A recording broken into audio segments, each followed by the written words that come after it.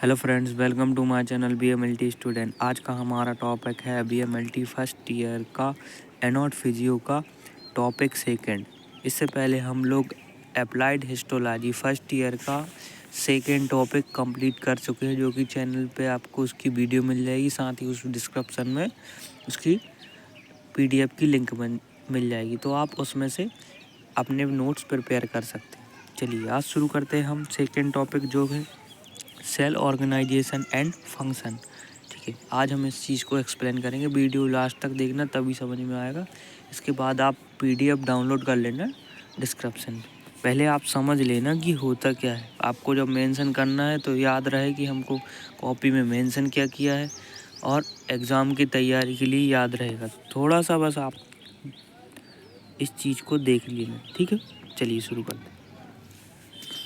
Cell organisation refers to the structural arrangement of cellular components within a cell, how they function collectively to maintain the cells integrated and perform it is a various roles. Here's a overview of the cell organization function।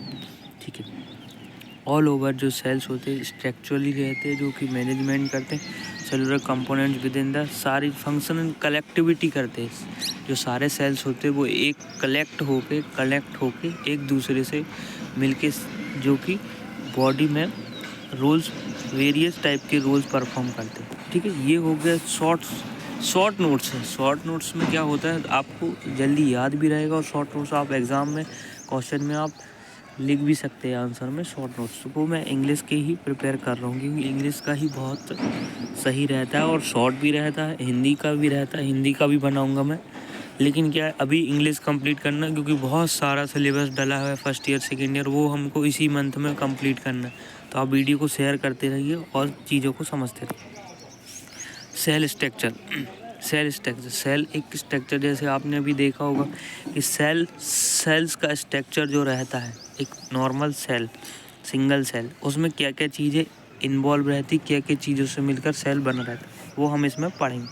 सबसे पहले है plasma membrane. ठीक है, the outer boundary of the cells that regulates the passage of substance in hands out of the cells. जो outer की membrane होती है वो प्लाज्मा मेम्ब्रेन की होती है। ठीक है, दूसरा cytoplasm, the gel like substance inside the cell that contains of various organelles and structure. जो जेल टाइप का सरफेस रहता है चारों तरफ प्लाज्मा मेम्ब्रेन के नीचे, वो साइटोप्लाज्मा रहता है। ठीक है, याद रखना। Nucleus, the central organelle that house the cells are genetic material DNA and control cellular activities. सारी एक्टिविटीज़ को मेंटेन करने में सेंट्रल में जो रहता है वो न्यूक्लियस होता है। ठीक है, जो कि राउंड सा शेप का रहता है।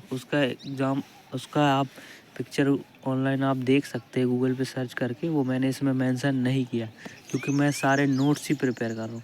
ठीक है, डायग्राम आप नोट से सर्च करके गूगल से आप मेंशन कर सकते हैं। ऑर्गेनल्स क्या होते हैं, specialised structure within the cell that carry out of specific function. Example, जैसे ऑर्गेनल्स होते, बहुत सारे ऑर्गेनल्स अंदर, सेल्स के अंदर बहुत सारी चीज़ें रहती छोटी छोटी, जो इसमें दी गई। जैसे mitochondria produce energy ATP throughout cell respiration.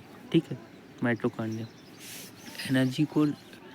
Energy produce करता है ATP को सिंथेसिस करके। ये इसको माइटोकॉन्ड्रिया का डिस्क्रिप्शन पूरा एक्सप्लेन करूँगा मैं थोड़ा सा डीपली, पहले इस कोर्स कंप्लीट करते हैं।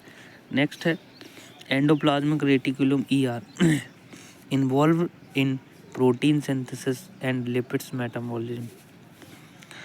थर्ड है गोल्जी का apparatus, modifies short and package proteins for secretion transport within a sales.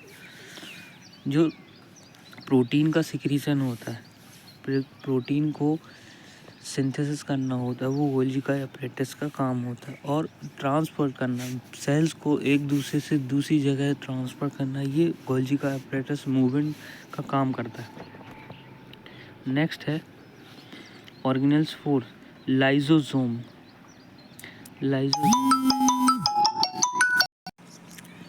Lysosome contains enzymes for breaking down waste material and cellular derivatives.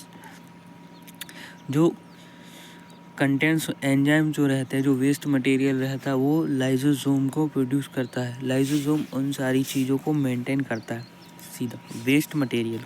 ठीक है।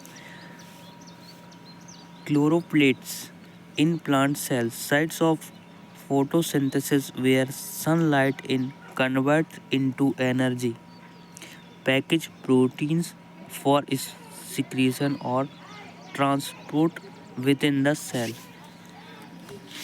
Next है vacuoles in plants store water, nutrition and waste product. ठीक है। जो vacuoles होते हैं in plants store को water करते हैं, न्यूट्रिएंट्स का एंड वेस्ट प्रोडक्ट को मेंटेन करते हैं, वैक्यूल्स। ठीक है। Cell function, cellular respiration, cells produce energy in the form of ATP by breaking down glucose molecules through cellular respiration, which occurs primarily in the mitochondria. Main होता है, सबसे पहले जो फंक्शन आता है वो सेल्स का होता है, cellular respiration.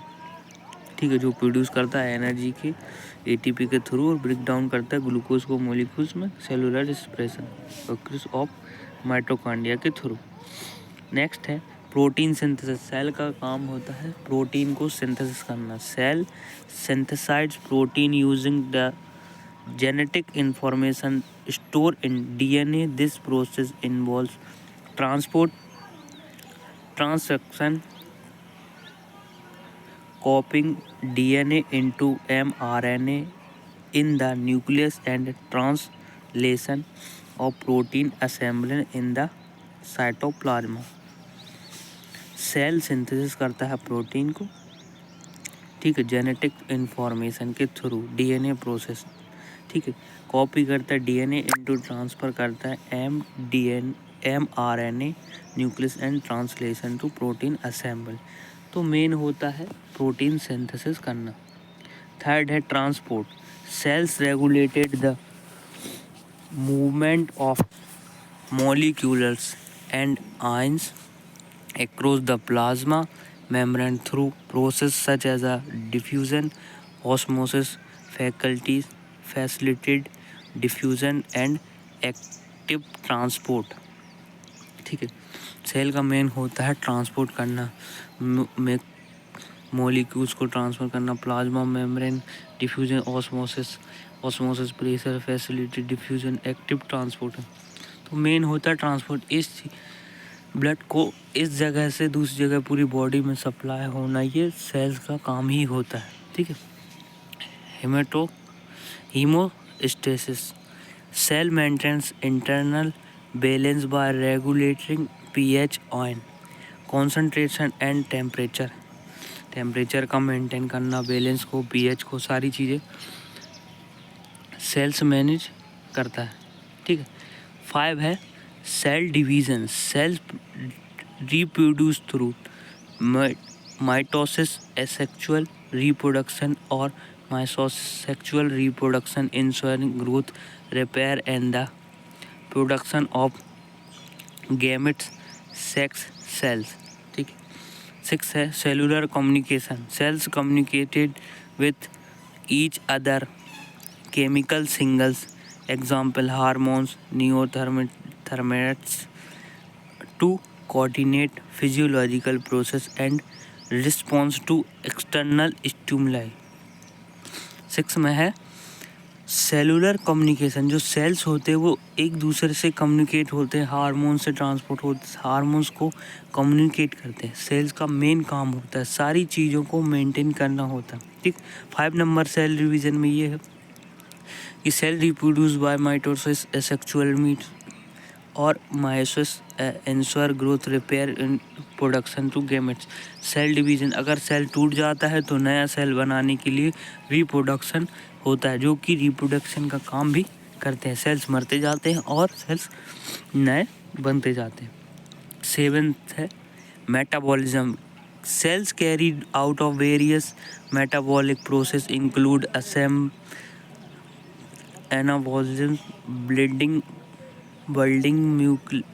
molecules, and catabolism, breaking down molecules to maintain energy balance and transport to cellular function। ठीक है, मेन होता है 7 होता है जो metabolism, carry to various type of metabolic including. ठीक है, सारी चीज़ें ब्रेक डाउन करके मॉलिक्यूल्स को एनर्जी बैलेंस मेंटेन करना और सेलुलर फंक्शन में सपोर्ट करना, ये मेटाबॉलिज्म। सारे बॉडी का टेम्परेचर मेंटेन करना और हार्मोन्स का असेंबलिंग और बैलेंस मेंटेन करना। ठीक, नेक्स्ट है overall cell organisation and function. The fundamental to life as a cell are a basic structure and functional units are living organism. Their intricate organization and coordinated activity enable the body to carry out essential process necessary for survival, growth and reproduction। ठीक है friends, thanks to watching. Video पसंद आई हो तो video को like करना और video को शेयर ज़रूर करना। ठीक है, सारी PDF की लिंक्स आपको डिस्क्रिप्शन में ही मिल जाएगी। ठीक है, थैंक यू।